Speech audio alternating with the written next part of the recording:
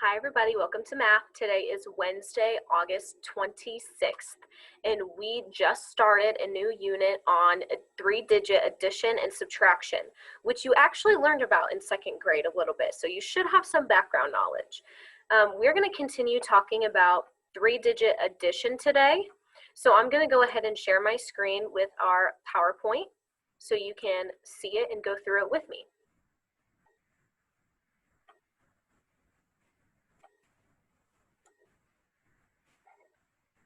Okay, so there's our date. We're going over addition, just like yesterday. We're going to continue talking about that. So first, I just wanted to start with a little number talk, and I know that it's difficult because this is a recorded video, but I want you to go ahead and walk through it with me. So our first problem is 15 plus 15, and I want you to think about that and try to solve that mentally before we move on. So I'm going to give you a little bit of time to try to solve that mentally.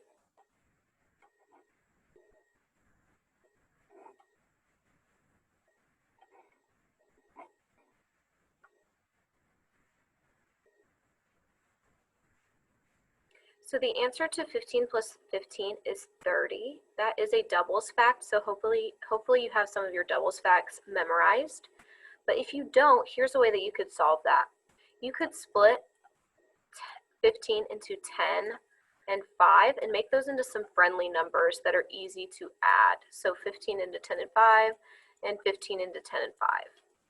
Then I can add my 10 and 10, and that makes 20. And I can add my 5 and 5, and that makes 10. So all I have to do is add 20 plus 10, and that equals 30. I also could have just broken up one of those numbers. So I'll rewrite it over here, 15 plus 15. And I could break just one of them into 10 and 5. Then I could do 15 plus 10 plus 5. So 15 plus 10 would be 25, and then add that 5, and that is 30. So there are many different ways that we can solve this problem, and I just wanted to show you a couple different strategies. Our next problem is 15 plus 16. So I'm going to give you another minute to think about that mentally and try to solve in your head. Remember, in number talks, we're talking about quick strategies to solve problems and not solving them on paper.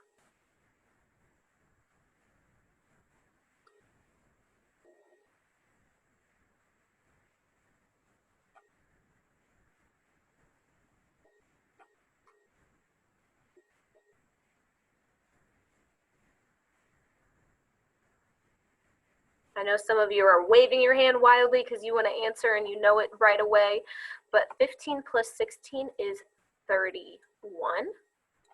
So one of the quick ways you can get this answer is realize that 16 is just one more than 15.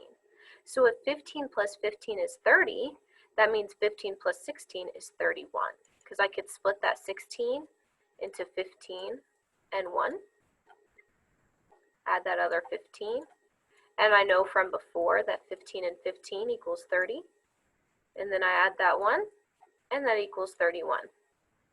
Okay, I'm going to go ahead and move on to the next part of our lesson. I'm going to erase this from my screen.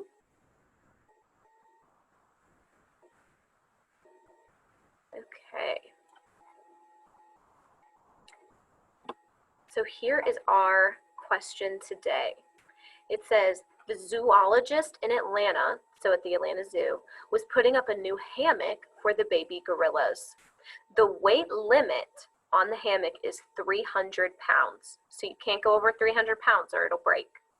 She weighed the two baby gorillas to make sure that they would not be heavier than the weight limit. So what we're going to do is we're going to add those two weights together of the two baby gorillas to see if they can fit in the hammock together without breaking it. So here I've already got my base 10 blocks out because that's what we've been using to solve these problems. So it says she weighed the first baby gorilla at 198 pounds. The second baby gorilla weighed 132 pounds. Will both baby gorillas be able to lay in the hammock together? So I want to point out this word right here, together. because we hear that or we hear all together a lot when we're doing addition. So those words are clue words that tell us that we're going to be adding these weights together. Okay, so when we're adding and we're using base 10 blocks, I call this an HTO chart because we have our hundreds, which is the H, our tens, and our ones. And hopefully you did this strategy in 2nd grade, so this is just review. So first, I take the first weight of 198 pounds, and I put the number over here. So I know in the hundreds place, I have 100, so that's right here. I have 9 ones, 1, 2, 3, 4, 5, 6, 7, 8, 9. And then I have 8 ones, 1, 2, 3, 4, 5, 6, 7, 8. Then I do our second number of the second baby gorilla, 132 pounds. So over here you can see how I put my addition equation. I put the plus sign so I don't forget that I'm doing addition and not subtraction. And then here's my second number, 132. So I have 100, I have 3 tens, and 2 ones. It's so important when we're using base 10 blocks to keep them in this chart and keep them organized. Because if we put our ones over here in this box with the tens, it would be very difficult to add them together. Okay, so now I'm going to start in the ones place because I always start in the ones place because it's going to help me in the future when I move up to 4th grade. So ones place, I count how many ones I have all together. So I have 1, 2, 3, 4, 5, 6, 7, 8, 9, 10. So I have 10 in the ones place. Let's think about that. Can I put a 10 in the ones place? That doesn't fit, does it? So what I need to do is I actually need to carry that or regroup that over into the tens place. So I'm going to regroup. Let me get my tools back up. I'm going to regroup this right here and move it from the ones place over to the tens place. So I'm going to make another 10 rod right here. Okay, when we have too many in one place value, we have to regroup. So now that I moved all 10 of those, I have 0 left in the ones place. Now I'm going to count my tens. So I'm going to count and I have 1, 2, 3, 4, 5, 6, 7, 8, 9, 10, 11, 12, 13, because I still need to count this one that I regrouped in the tens place. So 13 tens. That seems like too many in the tens place as well. I should only have 1 digit in the tens place. So I'm going to have to regroup some tens as well. So I'm going to take 10 tens, and that will regroup into 100. So I'll recount again. 1, 2, 3, 4, 5, 6, 7, 8, 9. And I'm going to use this one that I just regrouped. I like to circle them so that I know that I've regrouped these and I don't count them again. So I've regrouped these 10 tens and I'm making another 100. And I'm just going to overlap it right here. Just make the square. I don't have to do all the other little lines in between. I just know that a big square equals 100.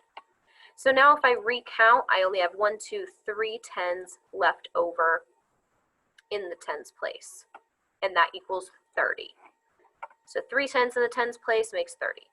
Now I'm going to count my hundreds. So I have 1, 2, 3 hundreds. So 300 plus 30 in the tens place plus 0 in the ones place. So my total is 330 pounds. 330 pounds total. That's how much the 2 baby gorillas weigh all together. Okay, so now I'm going to go check back into my original question because I want to see if they can fit in the hammock together. Will they both be able to lay in the hammock together? Now I'm going to erase some of this work from earlier. I'm going to keep my answer.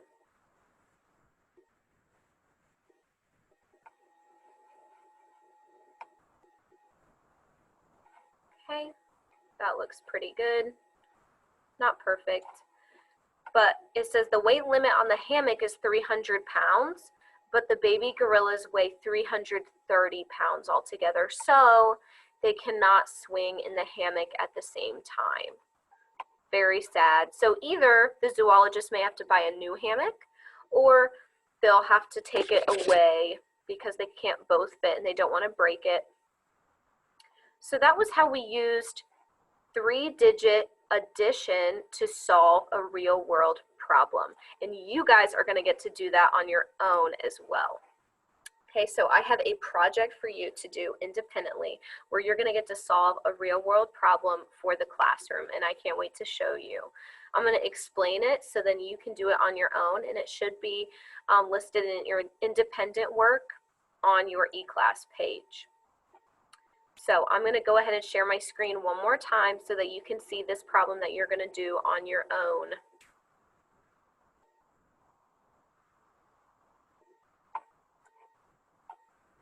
Okay.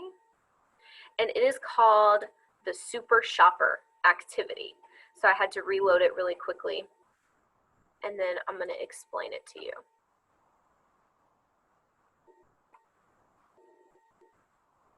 Okay, so this is called Super Shopper. So it says Mrs. Morgan wants to buy 2 new things for her classroom, 2 new items.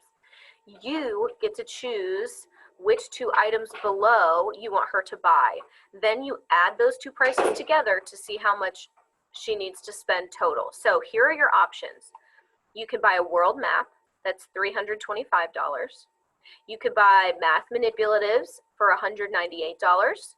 You could buy a fossil kit for $240, or a book bundle of all kinds of different fun books for $137.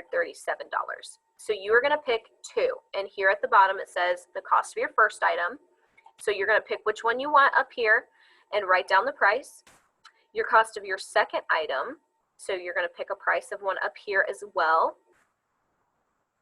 Then I gave you some workspace where you can add those together, and you should have base 10 blocks at home from your borrowed bags that you got from the school, so use those as well.